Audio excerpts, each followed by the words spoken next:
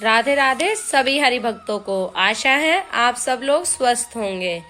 आज मैं आप लोगों के साथ शेयर करूंगी माघ महात्म्य 27वां अध्याय। पूर्व जन्मों के पापों की चर्चा करने के बाद उस प्रेत ने पूर्व जन्म के अच्छे कर्मों से बनने वाले प्रावधान की चर्चा करते हुए कहा, कभी कभी कुरूप कायाधारी नीच कुल में उत्पन्न हुई मंदबुद्धि, मूर्ख, कुटिल तथा समस्त श्रेष्ठ जनों एवं धर्मात्माओं की निंदा करने वाले और उदारता, वीरता, शूरता तथा समस्त सद्गुणों से रहित मनुष्य भी अपने कर्मों से राज्य सुख को प्राप्त करते हैं। वास्तव में उनकी इस आश्चर्यजनक सुखद उपलब्धि का एकमात्र कारण उनका प्रारब्ध ही होता है, जो उनके पूर्व जन्मों के सत्कर्मों से निर्मित होता है। प्रेत करुणा वाणी में रोते हुए उस धार्मिक व्यक्ति से आगे कहने लगा, हे महामंत, कुछ मनुष्य को प्रावधान इतना प्रबल होता है कि कायर, निर्बल, बुद्धिहीन, अविवेकी, नीति तथा धर्म कर्म को न जानने वाले, नपुंसक, अंगहीन तथा पापाचारी होते हुए भी राजा बन जाते हैं। उन मूर्खों और पापियों के इसी प्रकार के चमत्कारी सुखद जीवन का एकमात्र कारण उनका पूर्व जन्मों के सत्कर्म से नियमित प्रावधान ही होता है। यही कारण है कि अपने वर्तमान जीवन में कुछ मनुष्य धर्म विरुद्ध जीवन जीते हुए भी समस्त सुखों एवं ऐश्वर्य भोगों को प्राप्त करते हैं, परंतु ऐसा तभी होता है जबकि उनके पूर्वतः जन्म के कृत्यपूर्ण धार्मिक रहे हों। पूर्व जन्म में उन्होंने गौ, भूमि, अन्न, वस्त्र, स्वर्ण इत्यादि का दान किया हुआ होता है। इन पुण्य कार्यों की शक्ति से ही उनका प्रावधान उनके वर्तमान को हर प्रकार से सुखी बनाता है।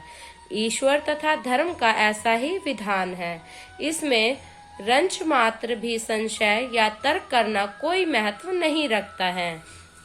वसु के प्रेत ने अपने कई जन्मों के जीवन से अर्जित ज्ञान के बल पर कहा, जिस प्रकार सत्कर्मों से सुंदर एवं सुखद प्रावधान का निर्माण होता है, उसी प्रकार जिन मनुष्य ने कभी भी अपने पूर्व जन्मों में किसी प्रकार के सत्कर्म नहीं किए हैं तथा मनसा वाचा कर्मणा समस्त प्रकार के पाप कर्मों में लुप्त रहे हैं, वह अपने अगले जन्म बिगाड़कर मेरी तरह दुख पाते हैं। मेरे समान उन्होंने परलोक भय त्याग कर केवल पाप ही पाप किए हैं।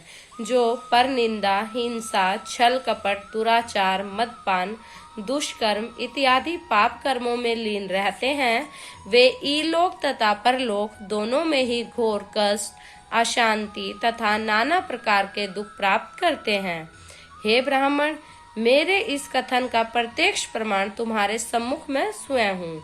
वर्तमान में यह जो प्रेत योनि मुझे प्राप्त हुई है तथा मैं जो असहाय होकर दीनहीन दशा में भूख, प्यास, सर्दी, गर्मी के कष्टों को भोग रहा हूँ, यह सब मेरे पूर्व जन्मों में किए गए उपकर्मों और पापों का ही परिणाम है।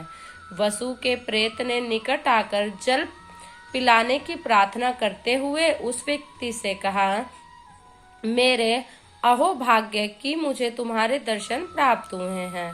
तुम विष्णु लोक हो, माता पिता तथा गुरुजनों की सेवा करने वाले हो, धर्मात्मा एवं सदाचारी हो, सदैव ही देव आदिदेव विष्णु की भक्ति में लीन रहते हो। तुम्हारा जीवन धर्म और सत्कर्मों के अधीन है।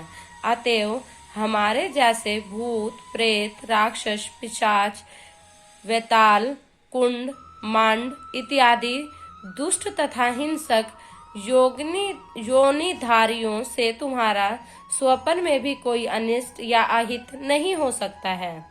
तुम हम सबसे अधिक शक्तिशाली हो, तुम्हें हमारा भय नहीं करना चाहिए।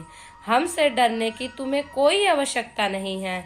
भगवान के भक्तों की पवित्र ग्रह, नक्षत्र, दिक्पाल, देवता इत्यादि सदैव ही रक्षा करते हैं और स्वयं भगवान भी अपने भक्त का ध्यान रखते हैं। भगवत भक्त का यक्ष, किन्नर, असुर, गंधर्व या दुष्ट ग्रह भी अहित नहीं कर पाते हैं। हे धर्मात्म ब्राह्मण, भगवान की भक्ति के कारण तुम्हें जो सहज अभय प्राप्त हुआ है, अतः तुम मुझको पास में आकर अपने हाथों से संगम का पवित्र जल पिला दिया है। राधे राधे। अगर आपको मेरे द्वारा सुनाया गया महत्व पसंद आया हो, मेरी वीडियो लाइक करें, मेरे चैनल को सब्सक्राइब करें और अधिक से अधिक शेयर करें।